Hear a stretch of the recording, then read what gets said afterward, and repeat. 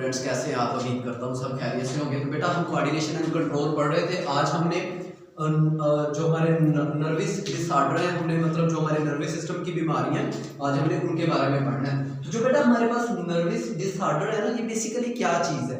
जब हम न्यूरॉन के बारे में देखते हैं, नर्वस सिस्टम के बारे में सोचते हैं, तो हमारे जो माइंड में दो चीज़ें आती हैं। एक हमारा स्पाइनल कार्ड आता है, एक हमारा ब्रेन आता है। तो ये नर्व जो डिसऑर्डर है, ये बेसिकली उनकी डिजीज है। हमारे पास ब्रेन और स्पाइनल कार्ड की, या हमारे पास नर्वस सिस्टम की, ये क्या है? डिजीज है। तो बेटा जो सबसे पहली हमारे पास डिजीज है, उसके नाम है पैक्रिसन डिजीज। अब पैक्रिसन डिजीज कौन सी डिजीज है, किस चीज की डिजीज है, कैसे कैसे इसके हमने मतलब इन बीमारियों के हमने तीन चीजें पढ़नी, इनकी सिम्टम पढ़ने, इनकी काजेज पढ़नी और इनकी ट्रीटमेंट्स पढ़ना है। ठीक है, जो बीमारियां हमने देखी है, सबसे पहला पैक्रिसन डिजीज है, उसके बाद एपीएस है, उसके बाद एल्ज़ाइमर। ठीक है, ये हमारे पास क्या है? तीन डिजीज है। सबसे पहला बेटा पैक्रिसन डिजीज। इसका जो सिम्टम है वो क्या है? कहता है कि ये जो होती है ना, हमारे पास अनवॉन्टेड ट्रॉमा की वजह से होती है। इसकी जो वजूहत है, सबसे पहले क्या है? Unwanted trauma. ट्रॉमा हम किसे कहते हैं कि अचानक ही बेटा हमारे सर पे चोट लग जाए, हेड इंजरी हो जाए। ठीक है, इस वजह से ये क्या होती है? ये बीमारी अपेयर होती है। उसके बाद बेटा इस बीमारी में होता क्या? कहता है कि इसके अंदर ना जो हमारे पास क्या है? Reduce motor power.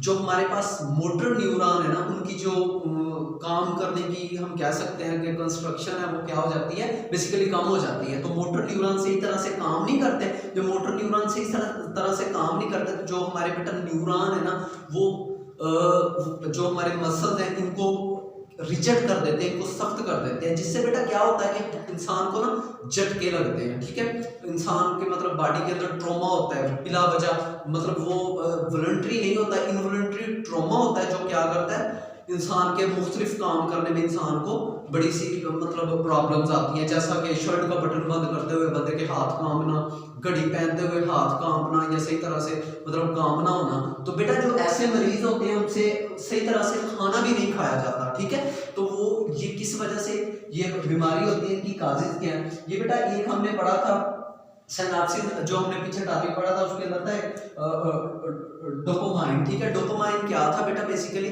डोपामाइन हमने पढ़ा था। डोपामाइन एक ऐसा हार्मोन था जो नए सेल पैदा करता था, मतलब कोऑर्डिनेशन में वो अहम रोल अदा करता था। इसमें बेटा होता क्या है इस बीमारी में कि जो डोपामाइन है ना, वो उसकी कंस्ट्रक्शन कम हो जाती है। डोपामाइन बेटा कम प्रोड्यूस होता है, जिससे क्या होता है कि जो नए सेल हैं वो नहीं प्रोड्यूस होते, जो पुराने सेल हैं वो डेड हो जाते हैं, जबकि नए सेल जो हमारे पास है वो बेटा प्रोड्यूस नहीं होते। ठीक है, तो अब इसकी काजेज क्या है?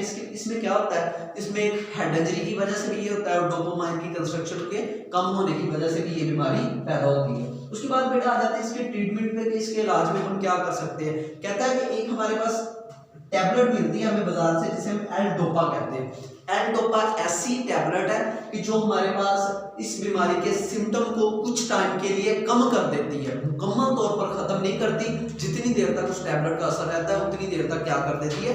इसको थोड़ा एवरेज में कर देती है, इसको थोड़ा मेंटेन कर देती है। ठीक है, उसके बाद एक हमारे पास प्रोटीन होती है GDNF प्रोटीन, जिसे हम ग्लाइकोसेलाइन ड्राई न्यूट्रोट्रोपिक प्रोटीन कहते हैं, फैक्टर प्रोटीन कहते हैं। ये जो प्रोटीन है, कहते हैं कि ये नेचुरल अकर्विंग प्रोटीन है। ये बेटा वो प्रोटीन है जो जिसको पहले इस पर एक्सपेरिमेंट किए गए, मोंकी पर, माउस पर इसके एक्सपेरिमेंट किए गए। उसके बाद ये मतलब जो हमारे पास साइंटिस्ट थे, उन्होंने हमें ये बताया कि ये ऐसे मतलब हमारे पास प्रोटीन है जिसको हम आम जर्नल इस्तेमाल कर सकते हैं। किसके लिए बेटा हमने जर्नली नहीं इस्तेमाल करना है, इनको हमने इस्तेमाल करना है हमारे पास जो बीमारी है इसको कम करने के लिए, या इसके जो सिम्टम है इसको हम थोड़ी देर के लिए, जितनी देर तक इस प्रोटीन का असर रहेगा उतनी देर तक जो हमारे पास पैक्रिसन डिजीज है, इसको हम थोड़ा कम कर सकते हैं। ठीक है, अच्छा, तो जो हमारे पास अगली डिजीज है उसको हम कहते हैं एपिलेपस। ठीक है, एपिलेपस डिजीज कौन सी डिजीज है?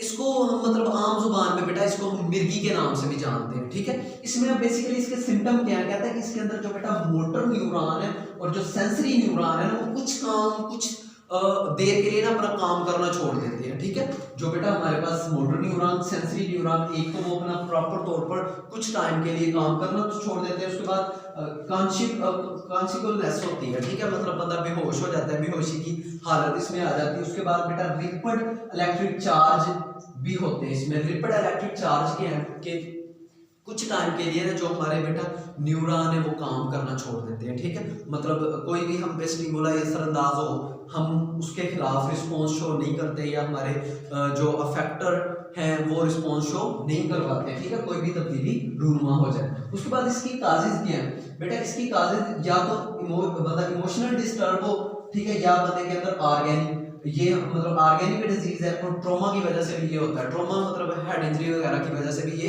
होता है। जो बेटा मिर्गी के मरीज होते हैं ना, बेसिकली इन्हें रोका जाता है कि आपने ज्यादा खुशी वाली जगह पर भी नहीं जाना और ज्यादा गम वाली जगह पर भी नहीं जाना, इन दोनों प्लेस पर उन्हें जाने से रोका जाता है। क्यों रोका जाता है? क्योंकि ये खुशी और गम दोनों क्या करते हैं, एपिनेप्सिक पर एपिनेप्सिक का जो पेशेंट होता है उस पर क्या होता है, ये असरअंदाज होते हैं। उसके बाद इनके ट्रीटमेंट देखते हैं। इनके ट्रीटमेंट में बेटा देखेंगे एक बंदे को एपिनेप्सिक का मरीज है ना, तो जब वो एक न्यूरोलॉजिस्ट के पास जाता है तो वो जो न्यूरोलॉजिस्ट होता है ना, उसके ब्रेन पर इलेक्ट्रोड लगाता है। इलेक्ट्रोड लगा के वो अंदाजा लगाता है या वो एक स्क्रीन पर ना एक ग्राफ शो होता है जिससे पता चलता है कि इसके जो बंदे के जो हमारे पास न्यूरॉन है क्या ये एक्साइटेड तो नहीं हुए, क्योंकि बेसिकली ये जो बीमारी है न्यूरॉन के एक्साइटेड होने की वजह से ये फैलती है, न्यूरॉन के एक्साइटेड होने की वजह से ये होती है, ठीक है।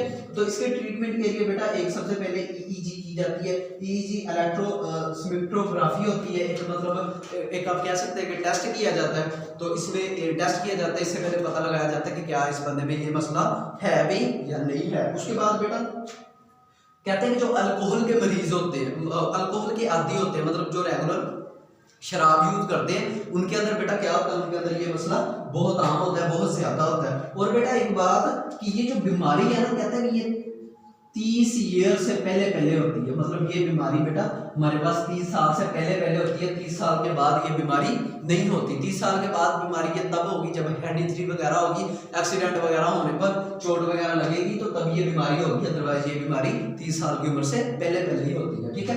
उसके बाद बेटा तीसरे नंबर पे जो हमारे पास बीमारी है उसका नाम है अल्जाइमरिया, ठीक है। अल्जाइमरिया कौन सी बीमारी है? ये बेटा अल्जाइमरिया एक साइंटिस्ट था, उसने 1907 में ये बीमारी मुतारफ करवाई थी, इसलिए ये बीमारी उसके नाम पर ही मतलब इसको लिखा जाता है, ठीक है।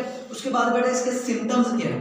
कहता है कि ये क्या करती है कि ब्रेन के फंक्शन को ना डिलाइन कर देती है, मतलब कुछ टाइम के लिए ना ब्रेन के प्रॉपर फंक्शन को रोक देती है। जब बेटा ब्रेन के प्रॉपर फंक्शन रुक जाते हैं तो इससे क्या होता है कि हमारी मेमोरी लॉस होती है, ठीक है, हमें कुछ याद नहीं रहता। आपने एक मूवी देखी होगी गजनी मूवी, ठीक है, तो गजनी मूवी में ऐसा समझ लें कि बंदे का यही सेम हाल होता है, बंदे को कुछ याद नहीं रहता, थोड़ी देर बाद उसको जो सारा कुछ वो होता है उसे भूल जाता है, इसलिए उसके पास एक डायरी होती है, वो डायरी में सारी चीजें नोट करता है, ठीक है। ये उस बंदे को यही बीमारी होती है। तो बेटा इसकी काजेज क्या कहता है कि ये हमारे पास जेनेटिक काजेज बीमारी है, मतलब ये एक फैमिली से दूसरी फैमिली में, या हम कह सकते हैं पेरेंट टू ऑफस्प्रिंग ये मुंतकिल होती है। ये हमारे पास बेटा क्या है, एक जेनेटिक डिजीज है। तो बेटा उम्मीद करता हूँ जो आज हमने टॉपिक पढ़ा है आपको समझ आ गया होगा। Stay connected. अल्लाह हाफिज।